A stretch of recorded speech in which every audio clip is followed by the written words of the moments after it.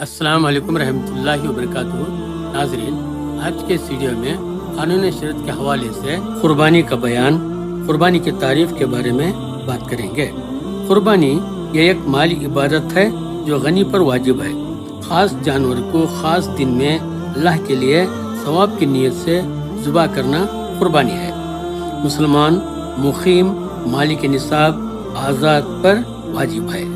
جس طرح قربانی مرد پر واجب ہے، اسی طرح عورت پر بھی واجب ہے۔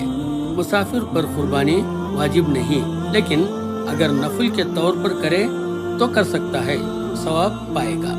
مالک نصاب ہونے سے مراد اتنا مال ہونا ہے جتنا مال ہونے سے صدقہ فطر واجب ہوتا، یعنی حاجت اصلیہ کے علاوہ 200 درہم یا 20 دینار کا مالک ہو۔ جو شخص 200